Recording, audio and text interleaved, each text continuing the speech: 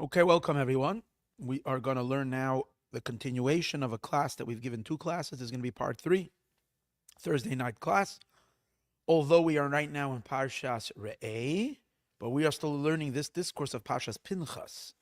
So we learned it on Parshas Pinchas. We learned it on Matos Masei. And is this class number 3 or is this class number 4? Might be already class number 4. I wrote class number 3, but this might be class number 4. I might have to fix it because we started learning it on Parshas Pinchas. 4? I don't remember. Whatever it is, we're learning. So the main point over here, we were learning, for those, obviously everybody's completely immersed in exactly where we were holding. We were learning how the Jewish people are referred to as God's produce.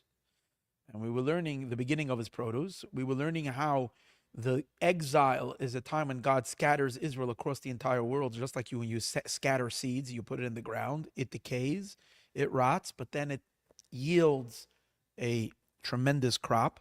So too, all this godliness of putting the Jewish people around the entire world elevates all the sparks of holiness, and eventually it's going to come out in incredible revelation in the time of Mashiach, godly light in the time of the Geula. But he says a little bit of that reveals itself on every various different levels of that immense revelation that's going to be in Messianic times, reveals itself even before Mashiach comes through the 3 pilgrimage holidays, which are all related to the development of the crop. So Pesach is the development of the barley, which barley is the minuscule godliness that is the source of creation. Barley comes from the word in Hebrew, is sa'ora, which the Zohar says is shior hay, which is the divine light that is in a state of shior. It became limited to each creation according to its capacity, what we call mamalik halalman, the indwelling light of God. Then on Shavuot, which is the Yom Tov of the harvest, the cutting, then we are elevated to a much higher level of godliness. We go through the lowest limited godliness, which is the level of Malchut. Malchut is the closest to us.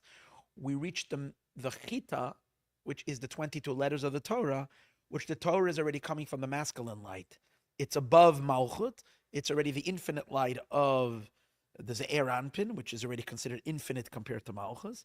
And that's Shavuos. That's why we receive the Torah, which is a far more inner connection to a deeper level of the divine. Finally, after Chag HaKotzer, which is the Yom Tov of the harvest, we come to Chag HaAsov, which is Sukkot, which is the ingathering of all the grain, which is going to be referring to even a much higher level of godliness, which comes through not through Torah, but it comes through tshuva. Tshuva brings a light that is higher than Torah mitzvahs. That's what we're holding. So let's read inside. I'm sorry, I'm not doing a 45-minute introduction. We did a very short synopsis. I think this is the shortest synopsis we've ever done. Do you have the copy? Okay. And the Yom Tov of the gathering, B'tzeis Hashana, when the year goes out, when you gather es masecha, your produce, menasada from the field. This is a verse in Pashas Mishpatim, which is in Exodus.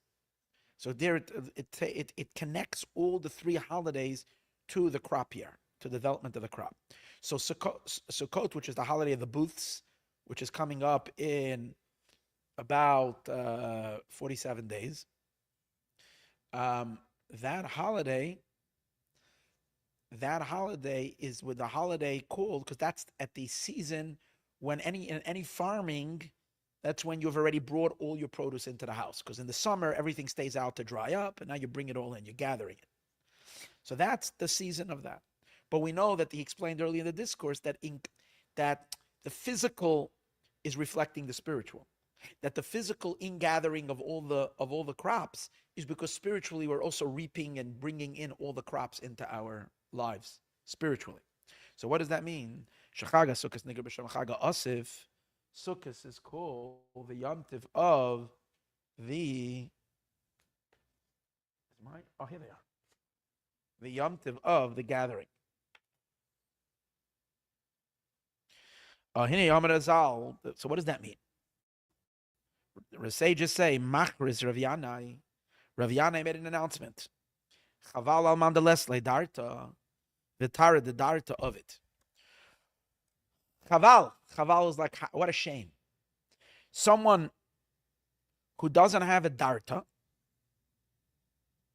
A darta means he doesn't have a doorway. Vitara la darta of it, but he makes a door he makes a door, but there's no doorway.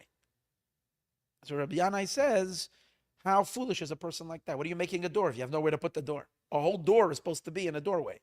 But if you have no doorway, what are you making a door? So what is he referring to? Upirish Rashi. Rashi explains, Biyuma, Msechtes Yuma.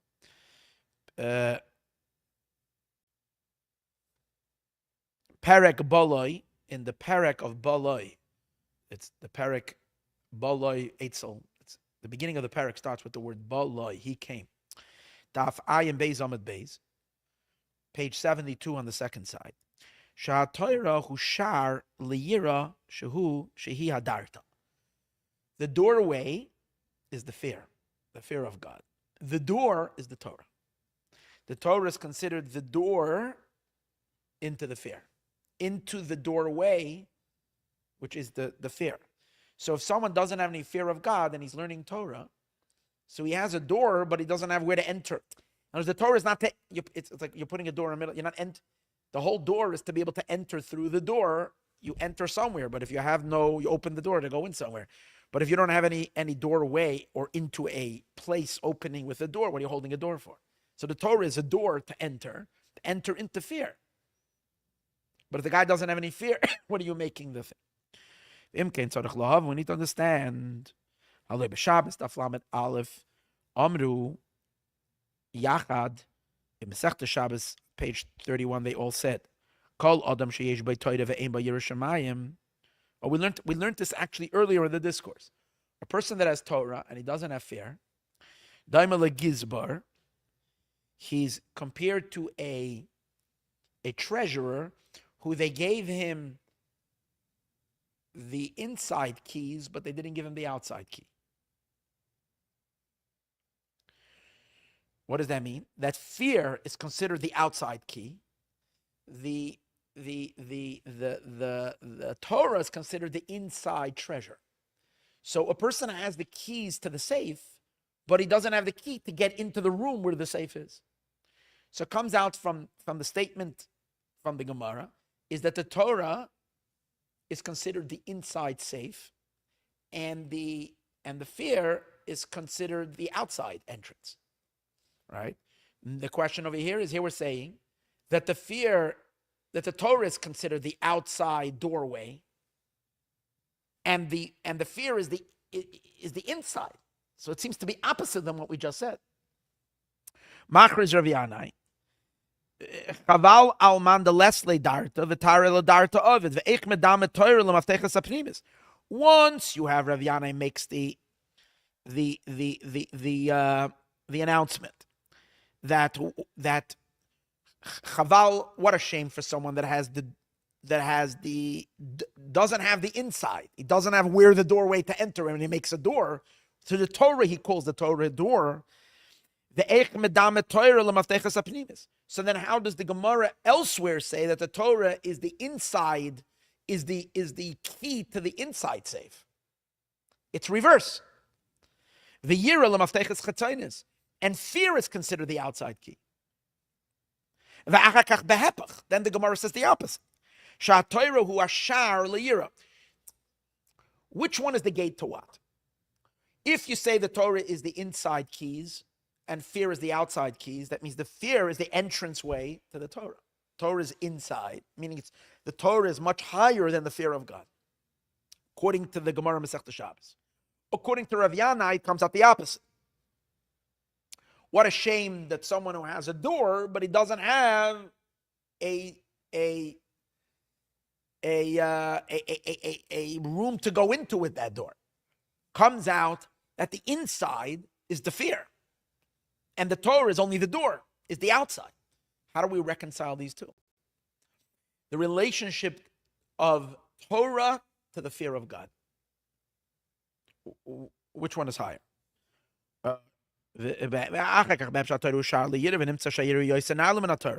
Comes out that fear, according to Rav Yanai, comes out that fear is higher than the Torah. Ube'emes, kain mashma.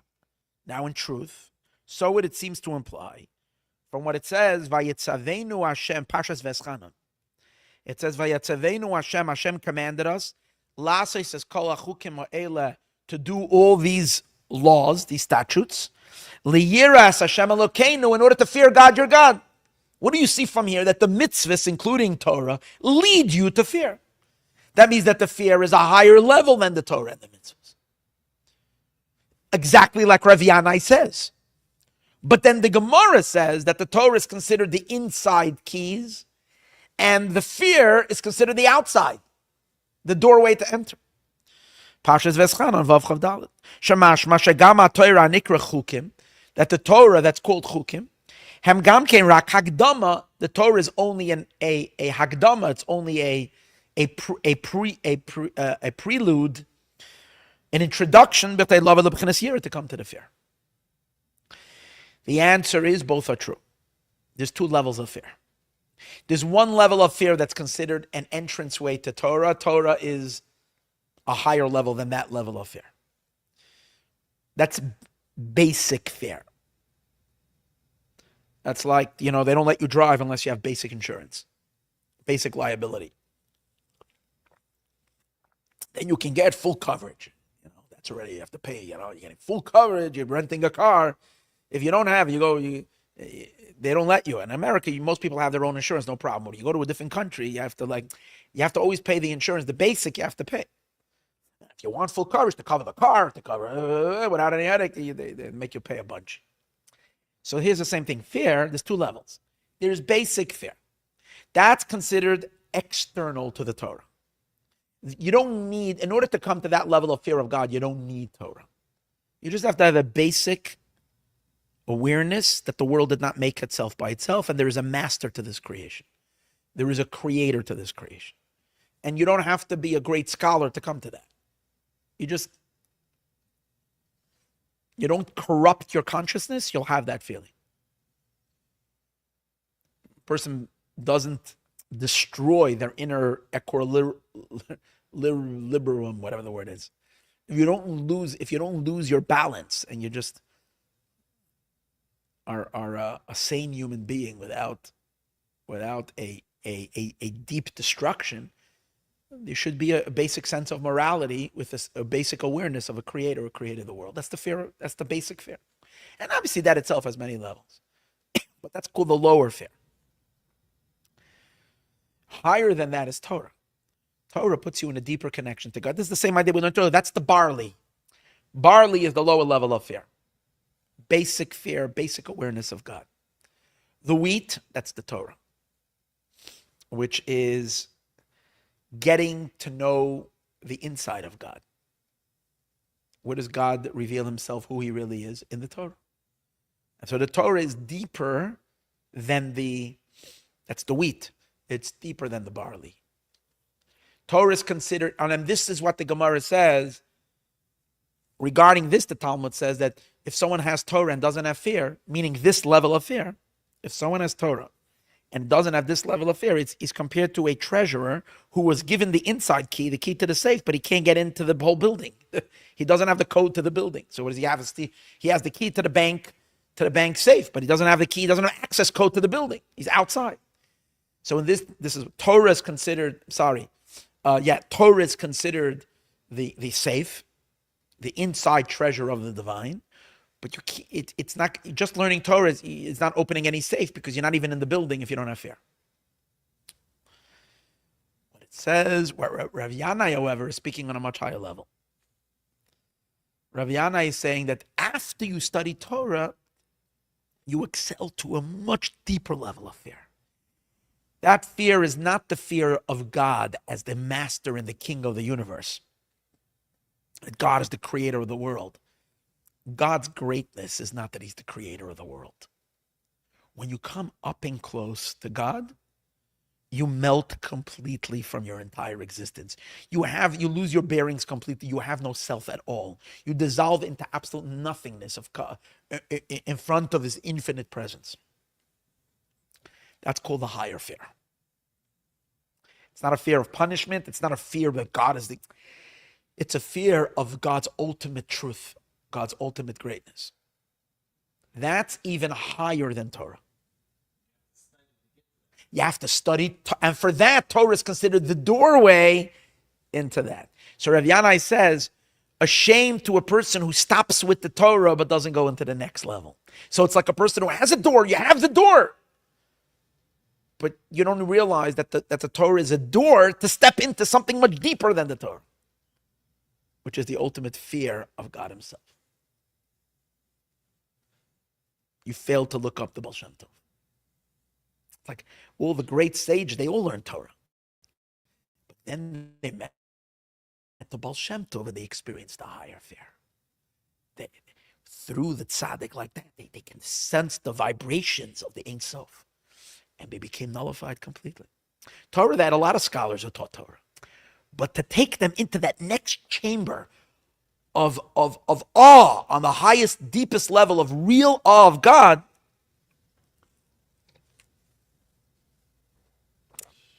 to take them into that deep level of real Yirat Hashem on this crazy level, for that, the fear is far more advanced. For that, the fear is far more advanced than the Torah. This is what he explains over here. The idea is there's two levels of fear. You just have to have it in front of you. It's okay. There's two levels of fear. Yes, equal. There you go. He's connected. Wherever I am, he's there already. Not only is he there, he's there before I even get there. He's there already. Whenever I go, I find him there already. There's two levels of fear. There's the lower fear. There's the higher fear. And this is why the sage, it's actually a Mishnah. The Mishnah says in Tractate in Ethics of the Fathers, if you don't have wisdom, you can't have fear. If you don't have fear, you don't have wisdom. So which one are you supposed to start with? You can't have any wisdom if you have fear. But you can't have any fear unless you have wisdom. So it's a catch-22. The answer is it's not the same level. It means like this.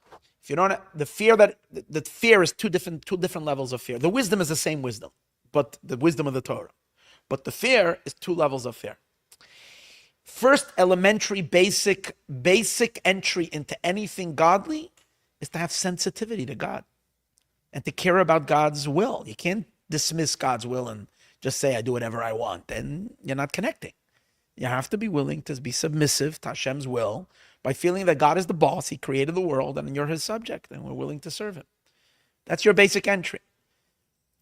And only if you have that level of fear, then when you learn Torah, you're actually downloading something godly. Or else you're just hearing words. It's not really downloading into your soul. So you first have to accept upon yourself the fear of God, which means obedience, which is the lower level of fear, which that you don't need Torah to be able to, just a basic understanding that there is a God who created heaven and earth, and you have accountability to him. And when you found out basically what he wants, how he wants us to live, with basic morality, you're willing to live that. You're willing to have that surrender. That's the basic fear. Once a person has that, now you study Torah. And now, when you're learning Torah, you're downloading God into you through the wisdom. That's giving you a much higher sensitivity of God because you're downloading godliness and suddenly you can feel the inside of God. And then you can begin to fear his true greatness. So that's the meaning. If there's no fear, there is no wisdom. But then after you have the fear and you have the wisdom, only with that wisdom can you reach the higher level of fear. Without the wisdom in the middle, without the Torah in the middle, you can never graduate the lower fear and reach the higher fear. What's the difference between the two fears? The lower fear is God as a king over the universe. The higher fear is God's true greatness that's not seen in creation. That which in front of him all is not. That's not possible to figure out from the creation. That one has to get access into something much deeper, and the Torah takes you into that place. So these are the ideas. If there's no fear, and yira, there's no. I'm sorry. If there's no wisdom, and yira, there's no fear. If there's no fear, and chachma, there's no wisdom. Mishnah Perigimel the Avis. V'ayim b'toisvis yomtov sheyesh garshim ein yira ein chachma. V'im ein chachma ein yira. Oh, that fits better. The Tosfos Yom Tov has a girsa that he likes better. Girsa meaning has a version that he feels is more consistent with what we're learning. If there's no, you start with fear. If there's no fear, there's no wisdom. If there's no wisdom, there's no fear. The other version of the Mishnah is the opposite. If there's no wisdom, there's no fear. If there's no fear, there's no wisdom. It doesn't work well with our explanation. It works better the right way. The Tosfos Yom Tov says you're supposed to do it this way. B'sefer derech hachayim. So too the Maral. The Maral of Prague and his gersa and his version was also like the Tosfos Yom Tov. It's interesting. Tosfos Yom Tov was a student of the Maral, so actually it makes sense that he follows his Rebbe's. Any case, V'hainu, what does that mean? The lower fear. Mishnah Tas Peri Gimel Anal. It says in Mishnah, Kol Shayiras, because the lower fear means what it says in the Mishnah. Kol Shayiras Chatoy Kademes LaChachmasei Chachmasei Miskayemes. Anybody's whose fear of sin is before his wisdom will last. Whose wisdom will endure. Someone who's what? Whose fear of God precedes his wisdom. Pirish Yiras. So what does it mean? That's called the fear of sin. Yiras Chetoy. And what is the idea of being fear of sinning? It's not a fear of punishment, but you're afraid to disregard God's commandments. You don't want to offend God. That's what it is. The person fears not to rebel against God. And therefore not to blemish thought, speech, and action. Because that's where, in our behavior, that's when we can blemish God's will. Blemish the mitzvah by not obeying God's in thought, speech, and action. This is the outside keys. That's the basic entry into a relationship with God, is to be sensitive to God's will. And through this, one's wisdom will last, which means one's Torah will stick. This is the wisdom of the Torah. If you have the fear of Hashem, then the wisdom will stick. And on this they say, if there's no fear, there is no wisdom, as we said. You have to have fear. Because a person has a lot of knowledge, but they get used to disregard. Imagine, a person learns to have a certain awareness. They know the truth, and then they decide they're not listening to it. What's going to happen according to that? It's not going to stick to you. There's nothing godly about it.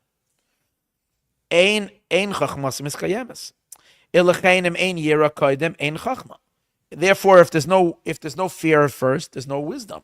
It doesn't last. But then there is a much higher level of fear. There is a higher level of fear. And on this, it's the second statement. If there's no wisdom, what is that level? That's called a higher fear. In order to come to that great high level of fear, it's only through the Torah which can transport a person into the inner world of the divine. And then you can sense God on levels that you can never imagine through your own mind. No matter how much you explore and meditate, you can never touch that level. The Torah can take you into that place. That's the wisdom of the Torah.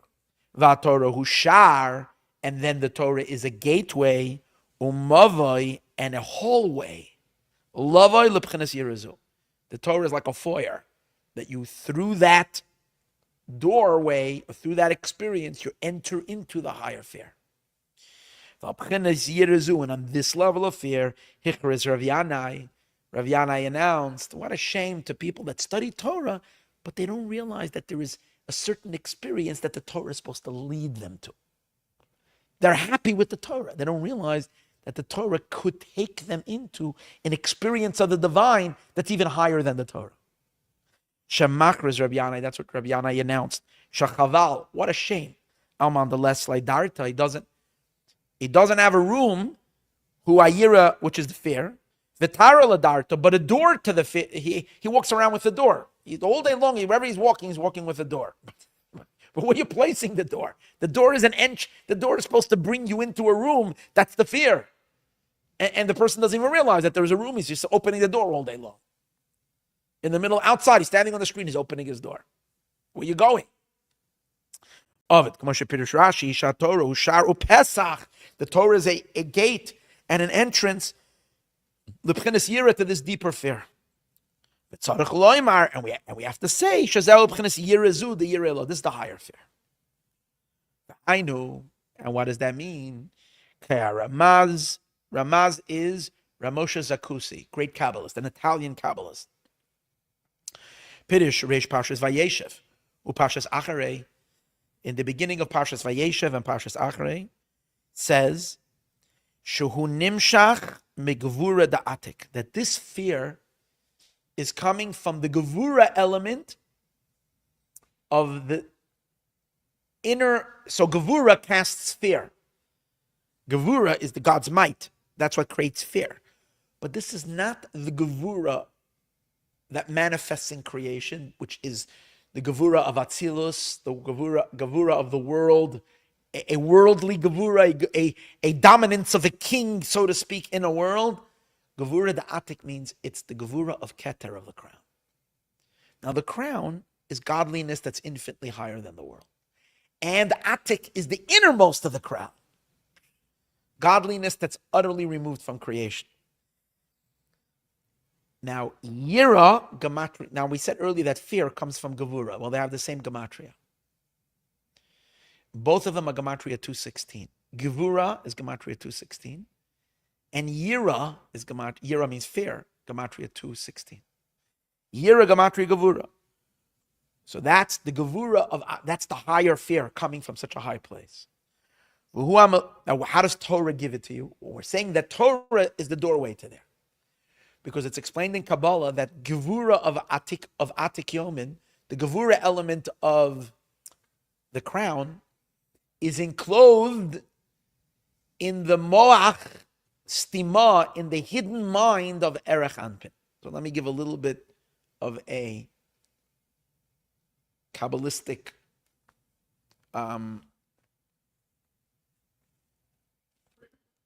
framework, In Keter, in the crown, there's two levels.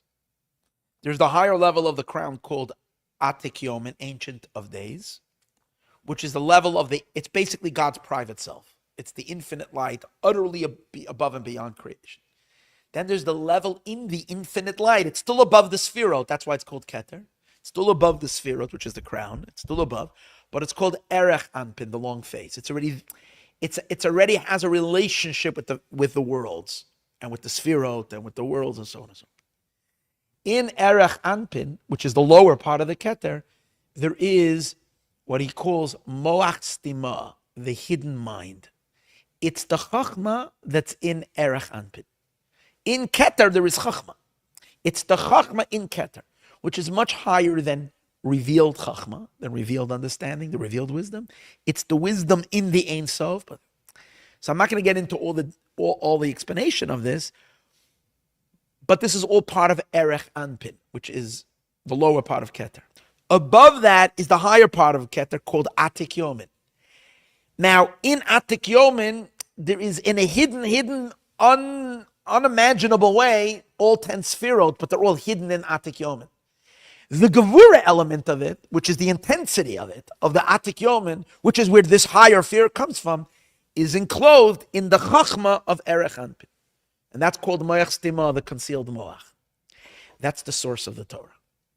Now we'll understand why when you learn Torah, it gives you access to that fear.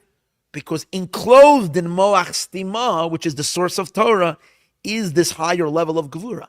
And that's why a tzaddik, and all of us, Be'ezrat Hashem, when Mashiach will come, and we'll have pure souls and our sensors will kick in, the moment we will learn any element of Torah, we will become so aware of the infinite presence of God that we will start trembling like a leaf, not in a negative way.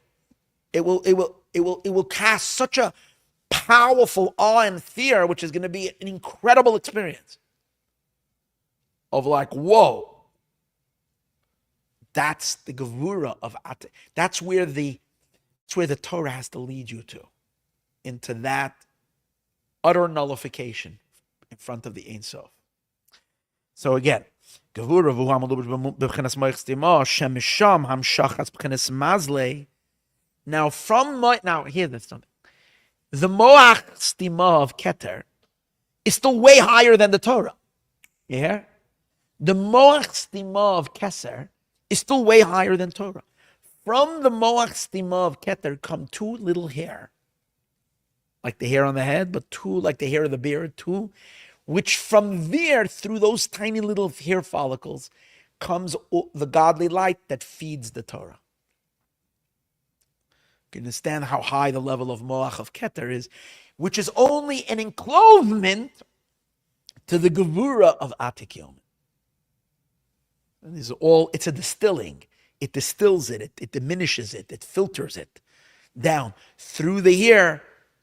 And not the Torah that we learn here. The Torah as it is in Atzilus, the vast Torah, is only nashing from a tiny little hair from the Moach Stima. But in the Moach Stima is the Gevura of Atik Yomen. So therefore, through the Torah, you can sense the Ein Sof of Atik Yomen. And when you sense that inside your neshama, you melt from fear. Our Torah comes from Chacham. The ayin be Geras HaKodesh, and therefore looking at Geras HaKodesh. The Kisha Adam, so you're going to say, well, come on. You expect me to learn Torah and feel all of that? How? We're learning Torah in a physical world. We're learning Torah in a physical body. We're learning the Torah as the Torah is already enclosed in a million times lower than the Torah when it is in Atzilus. And yet, you're expecting me to feel what the Torah...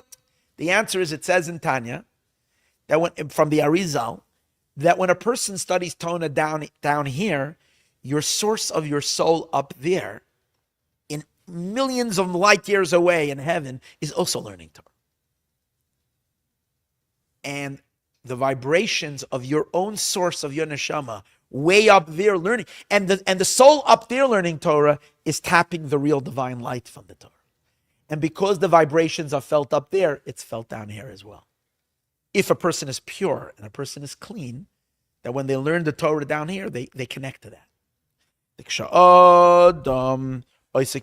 When a person studies Torah, the yuknoi means the very same image of the person, osek l'mayla b'Torah, is learning up their Torah. I know his kashrus, this is the bonding, mazlei shel haneshama. It's called the mazel of there's your neshama, your soul, and there is the mazel of your soul. The mazel of your soul is your neshama as it is in the highest, godliest places that never came down in your body.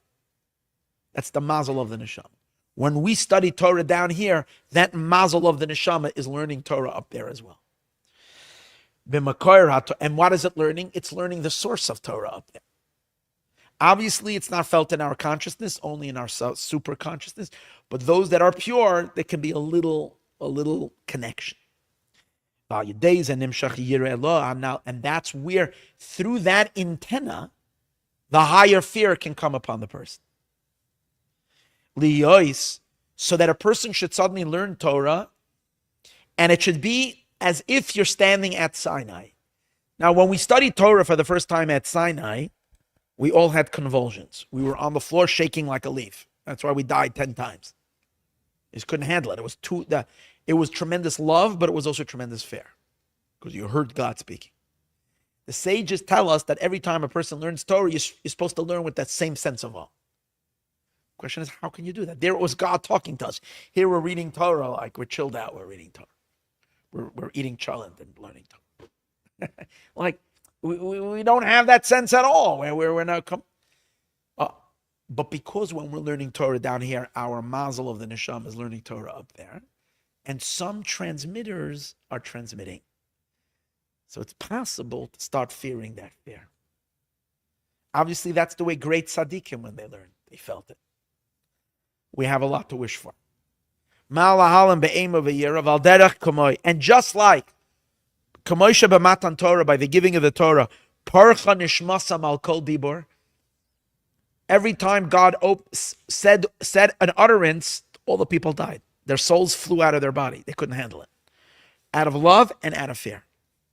In the same way, when a person studies Torah, tipol olav, it will fall upon a person, ema upachad, a dread and a fear. Mahadar gaon uzay, from the splendor of his majestic power. You suddenly feel it in your bones. Like it says in the days of Mashiach. Get ready to see if you want Mashiach to come. It says in the days of Mashiach, people will run and look for caves to hide from God. God's presence, the consciousness of God is going to flood the earth in such a powerful way that people won't know where to bury their faces. People won't know where to hide. People are going to look for clefts in rocks. They'll feel a little more comfortable. They'll feel like they can't stand outside and shiver in front of the infinity. They'll try to hide in a rock. It's not going to help us too much, but that's at least the attempt will be made. So he's saying, similar to that, we should aspire to when we learn Torah, to feel that. Now, it seems like it's a very, very, very annoying feeling, but actually, it's not. It's an exhilarating experience. I don't know what it feels. I never felt it. But it says, "Ubo, they will come b'marois tzurim, in the crevices of rocks, mipnei pachad Hashem, for the dread of God." Torah's Moshe. Now we'll also understand why the Torah is called the Torah of Moses, Torah of Moshe. When Moshe studied Torah, he studied Torah like this. Ki b'Moshe nemar, because by Moshe it says, "V'nachnu ma," we are what? He says about him and his brother Aaron, we are what? And Chassidus explains it means they were so humble that they had no feeling of self. Such a not feeling of self, to the point that they say, we are what? We don't even have no sense of existence, is because their socks were blown off them by what? By their intense feeling of God. So they couldn't even feel themselves. And Moses was in this state of mind 24/7. And that's why he brings us the Torah, because the Torah is Moshe's. Moshe lives in the frequency of the Torah. And he lives in this higher fear. Moshe's entire life, he stood in this level of fear. He's in the bittul of 45, which is the bittul of Vairaisa. And the Torah comes from Chachma. And what's Chachma? Koach ma, the power of bittul. Shubchen is Koach ma. Vayim beparadei sharchav gimel ushar erech akinuyim perek ches. Look in Paradise, which is the book of the Ramak, or Moshe Cordovo. Pirish Koach ma, where he explains the idea of Koach ma. Chein haTorah the Chachma nafkis. Therefore, the Torah that comes from Chachma, Nikra Shem Moshe, is called Torah's Moshe. It's this level of ma. Ma means what, feeling what in front of God. Therefore, through Torah, Yachol kol adam lavoi lebchenas ma. Every person can come to this feeling of nullification. Be'etzem hu b'chenas habitul shebechachma. This nullification of chachma, b'chenas yirei Allah, and the higher fear, on his gedel. So now we'll go back. Now we'll understand what Sukkot is. Sukkot. Pesach is the entranceway into godliness. It's the lowest level, the level of barley. the level of the lower fear. God being a king over the universe. But it doesn't cancel you completely. You're a subject. He's the big king. You're a subject. You have at least some sense of existence. You have some bearings. From there we go to Shavuot. It's the celebration of the Torah. Torah is higher than that level of fear. Torah is not part of creation. Torah is before creation, higher than creation. You're entering into a frequency that's above creation. That's Shavuot. But then there's something deeper than that. The Torah is only a doorway to a higher level of experience, which is higher than wisdom. It's the experience of Keter, of the crown, the Ein Sof, which when you feel that, you become absolutely nothing. That's the higher fear where Torah is supposed to lead you to. That does not come on Shavuot. That comes on Sukkot. That comes after Rosh Hashanah, Yom Kippur. We become, on the high holidays, we experience this deeper fear, and we ought to become utterly, that's our acceleration. And that's what he's explaining over here.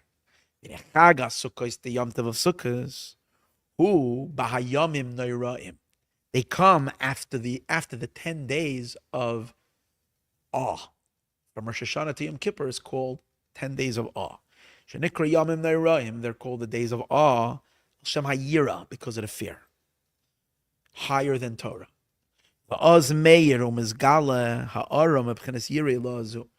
God turns up the frequency from this high level of fear in the days of awe. That's why you tremble in front of God much more in those days. It's something in the air. It's just there. And when you follow the ritual, you're supposed to feel it to a certain degree.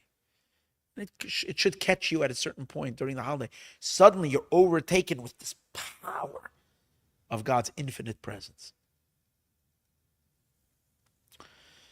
Nikra, and therefore it's called Chag HaOsif, the holiday of the gathering. Just like the gathering of the grains. You take all the crops from the fields and you bring it into the house. Or you bring it into the storages, or how do they call it, a silo? Yeah, you bring it into the silo or whatever. Or you bring it into a guarded courtyard, or guarded. The same is also the holiday of Sukkot. It comes after, at the conclusion of the days of awe.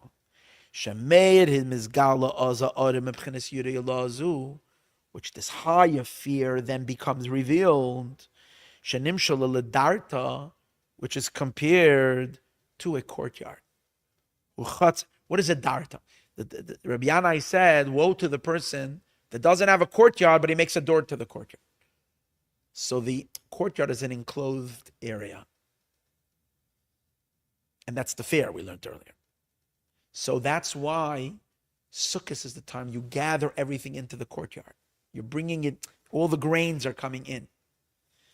What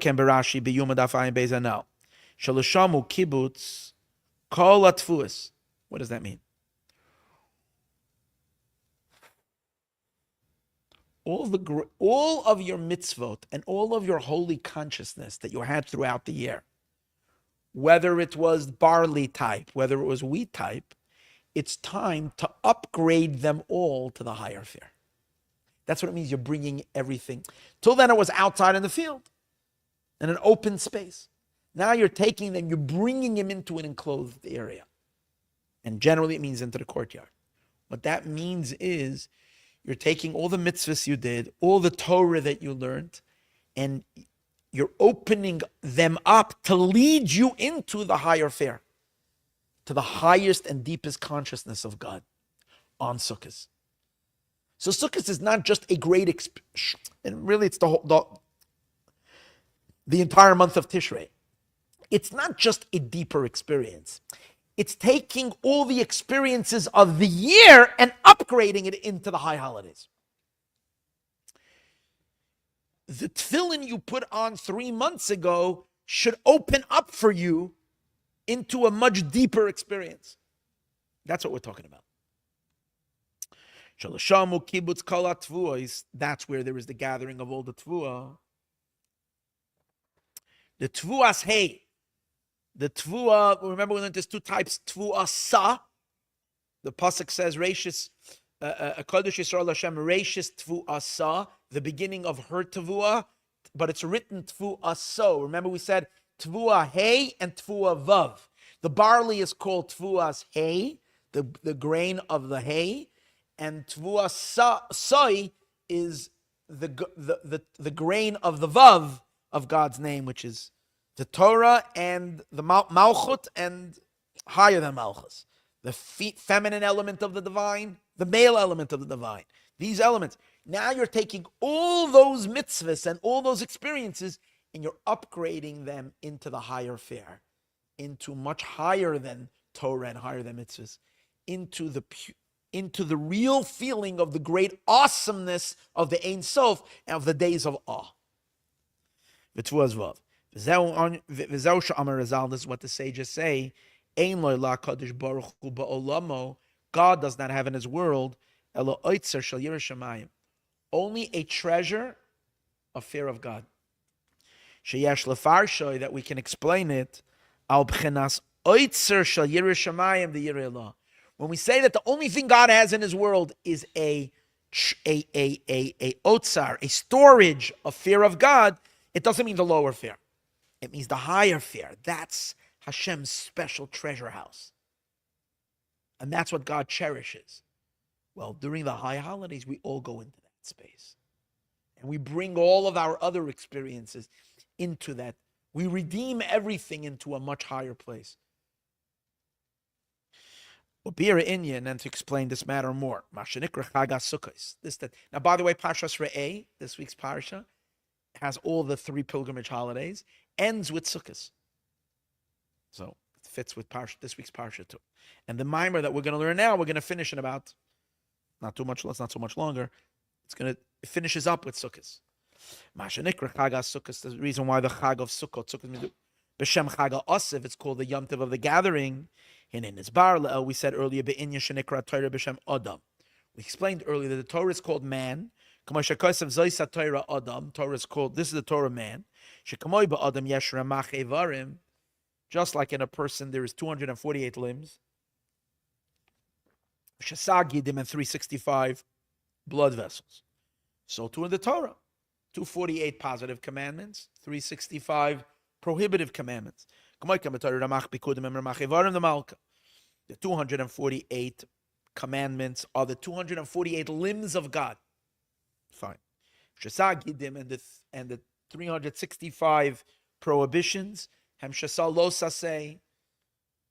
365 arteries are the 365 prohibitions. Uksiv, however, that's limited. Why is that limited?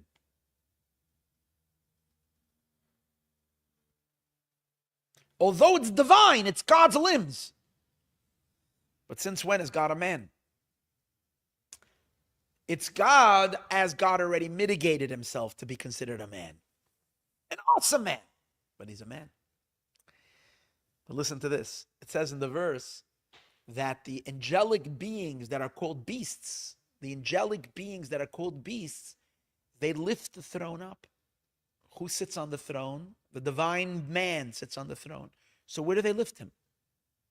They lift the divine man to a place where above being considered a man.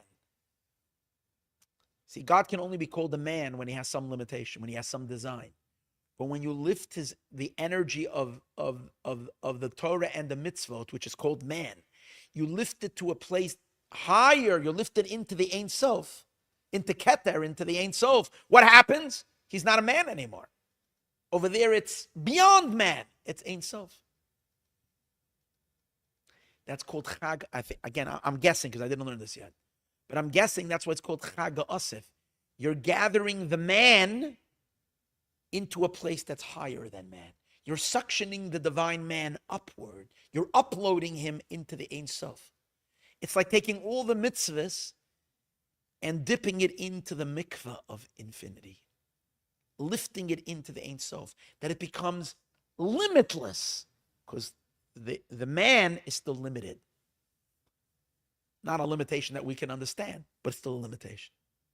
And that's Sukkot. Sukkot is taking everything into the Ein Sof, into infinity, into boundlessness, through tshuva, and through the higher fear of the high holidays. It says that the angelic beings called the beasts, they carry the throne. They lift up the throne. Now, if someone is, like a chassan by his wedding, what do they do by every chassan? The chassan sits on a chair and they lift him up. So when you lift the chair, you lift the person sitting on the chair. If God is the one sitting on the chair, on the throne, and the malachim lift the with the man that's sitting on the throne, it says openly, on the throne, Ezekiel, Yecheskel, saw an image of a man sitting on the throne. Kamara Adam Olav Mamayla, that he appears to be like a man. So where are you lifting him? God says about himself, sometimes he appears as a man. Other time, God says about a man, I'm not a man. Kiloi Adamu, I'm not a man. So is he or is he not? Obviously means God contracts himself to have a relationship with the world. He contracts himself into the image of man. But then through our mitzvahs, we lift God back up into the Ein Sof, and he connects to us from his heightened perch, from where he is utterly infinite. And then we download infinity into and we also become beyond man. We lift Hashem up to a level where he's not a man. Man is b'chinas gimel kavod. Man is these three channels. Chesed roya yamina.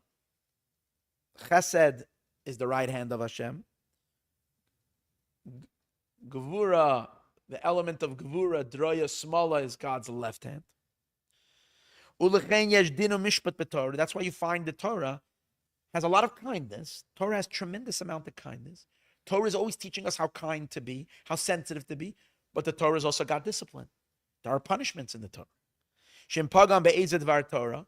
If a person does a pagam, which means if a person blemishes some Torah, ayidei mittel mitzvah, through the absence of a positive commandment, or if someone does one of the mitzvahs that we were told not to do, which means a prohibition, v'asham, and the person is guilty, yesh dinu mishpat. The Torah has judgment. Alzeh.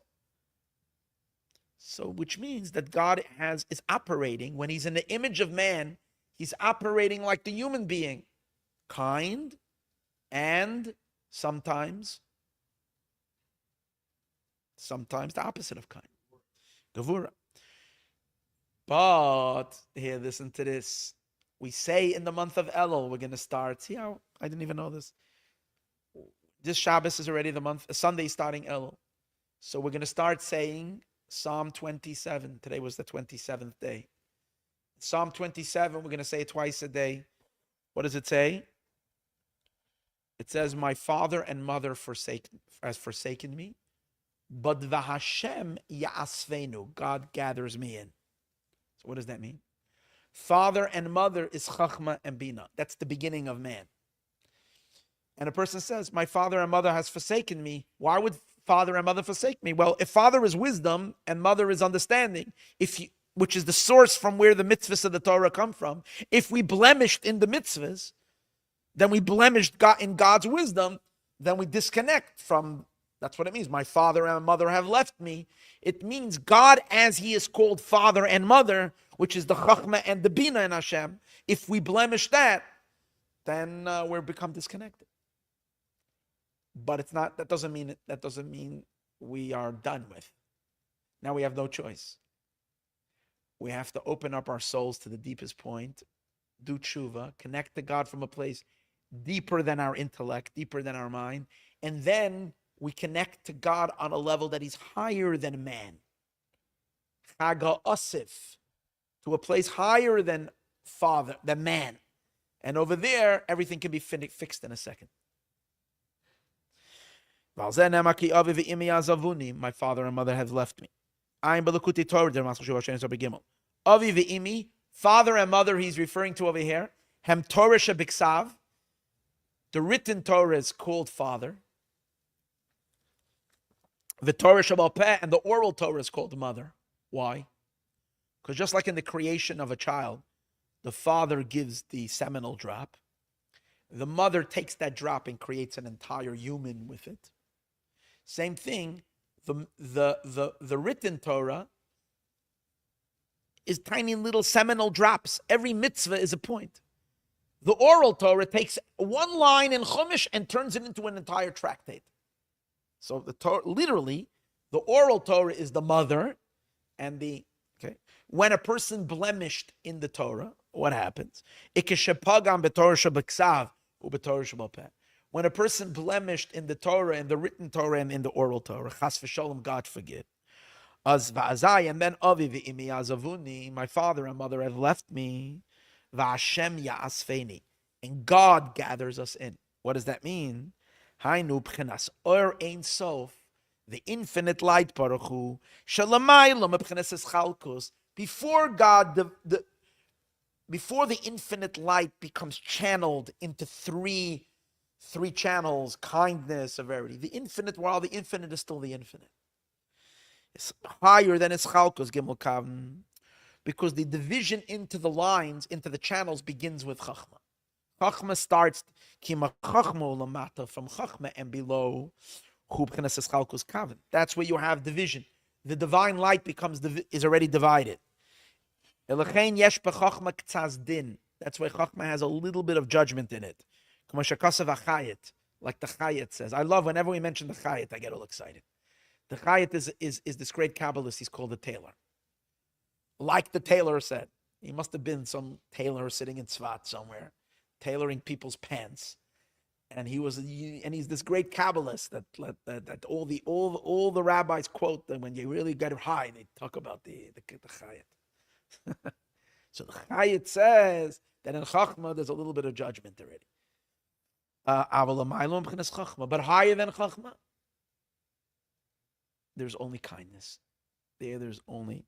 Lo yesh b'chinas eschalkus kaven. There is no division yet. Umesham liach nimshach. From that place, there is a tremendous level of benevolence. There's infinite forgiveness. There is ein sof. There's never, on that level, there's no judgment. There's no judgment at all. It's just pure. Liyos noisa avain, for God to look away from sin, v'oiver al pesha, and to hop over all the transgressions through tshuva. Tshuva takes us, but you have to come back to God from a deep place in your soul, and that opens you up to this keser. Al yadeya tshuva, through tshuva, ma'umka daliba, from the depth of the heart. And what does tshuva mean? Tshuva means you gather yourself up from all the things that you have squandered yourself into. See, what happens to us is, because we become so fragmented in life, and we have all kinds of ambitions and all kinds of pursuits and all kinds of desires, and a piece of ourselves get caught in all the various different pieces of interests that we have, things that we have. But when it comes closer to the month of Elul, and then it comes the month of Elul, and then it becomes Slichot, and then it becomes Rosh Hashanah Yom Kippur, what happens? We suddenly realize that everything is utter insignificant. And the only thing that really matters to us is our relationship with God. So what we do is we extract ourselves from all the pieces of ourselves that got squandered in all kinds of things. And we make a roll call, we blow a whistle, we call all of ourselves together and focus ourselves to one place, like a lulav. What is lulav, which is the end of this whole experience of Sukkot? Lulav is lo lev, to him a heart. We only have one heart. We only have one desire. God, I only want you. I don't want anything else. That's why it's called Chag Asif. That's what tshuva is. Tshuva is a gathering of yourself with a powerful desire for only oneness. It's like, I don't need anything. I only want you, God. That's what tshuva is. So it's called the yontiv of gathering. When you do that, you cause the light in the Sephirot above also to rise outside of the divine limbs and to rise to the place of Ein Sof, where there's no judgment. And everything is replenished, and everything is forgiven, and anything is recharged. That's a much higher place. That's Kesser. That's where the higher fare comes from, as we discussed earlier, from Kesser. You gather yourself up from a place higher than all divisions. And how does it express itself? In the sound of the shofar. What's the sound of the shofar? A simple cry that you can't convey in words. That means it's not divisible. It's just a pure cry that doesn't have any words. It's just sound. Sound without words. Because if something is coming from your mind, if something is coming from your intelligence, from your rational thinking, that's where words come from. But if it's a pain so deep, so essential, it is so primal in the soul, it's so deep. So when it comes out, it's just a cry. It's the pain of the pure essence of the soul wanting to go back home, wanting to get back to God. And in that 1 second, all the blemishes are gone in a split second. And then you'll have the Yom Tov of gathering. This one cry. That's what the 10 days of repentance are. What do we say then? According to Chassidus, this is the main part of Aseres Yemei Tshuva, is before Baruch Hu. What do we say? Mima makim. From the depth I crawl out to you, God. From the depth of my soul, from the depth of my being. Krasicha Hashem. Through the depth of the heart. What happens? Krasicha Havaya, I call forth a new Yud Kei Vav Kei. Because we get to the source of the Ein Sof, higher than God's name even, higher than the Tetragrammaton. And we rebuild the entire connection of God with the world. We draw, because the old name of Havaya became blemished through our sins.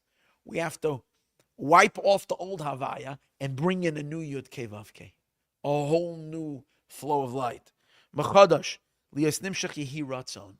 There should be a new will in creation. Everything starts all over again. Everything's anew. Every Rosh Hashanah, Yom Kippur, we literally recreate ourselves, recreate the world. Even God's name, even the divinity of the world is new. God is now engaging on a much deeper level. That's why we say, Vahavaya. My father and mother forsake me, which means the Torah of last year, the written Torah, the oral Torah, forsaken me. I messed up in it. I wasn't such a perfect Jew. I wasn't so perfect in observance. I can't do well. I can't, but Vahavaya, above Yud Kei Vav Kei.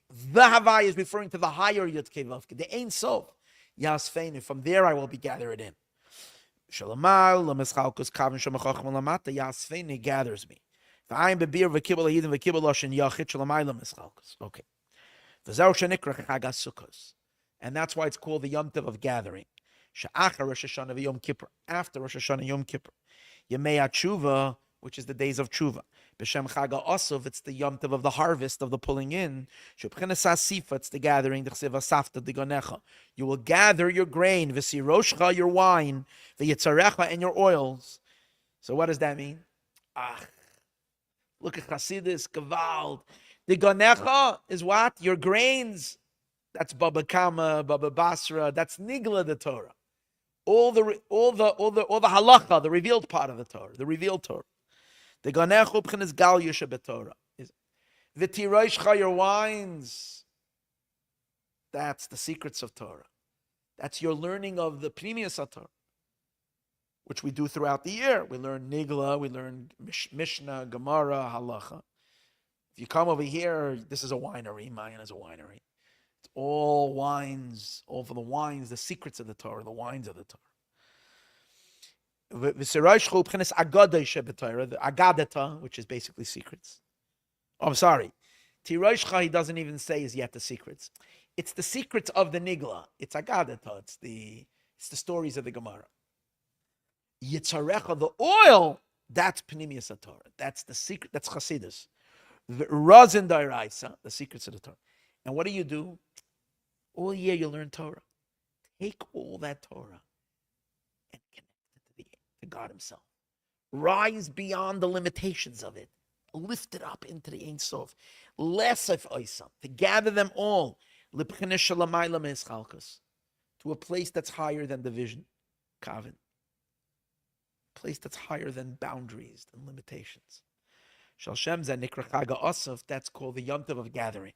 Shema Asfem Atvu L'Sham, you gather all the grains over there. Ubakol Zeh Yeturitz, now we conclude the Maimer.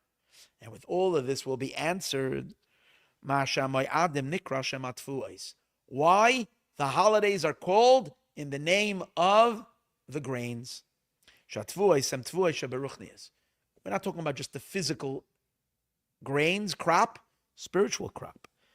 First, there is B'chinas Yira. First, there's the low affair, which is Pesach. So'ira. The Torah, and then there is Shavuos, which is Torah, which is a step higher. Shem Tvuas Hey Utvuas Vav.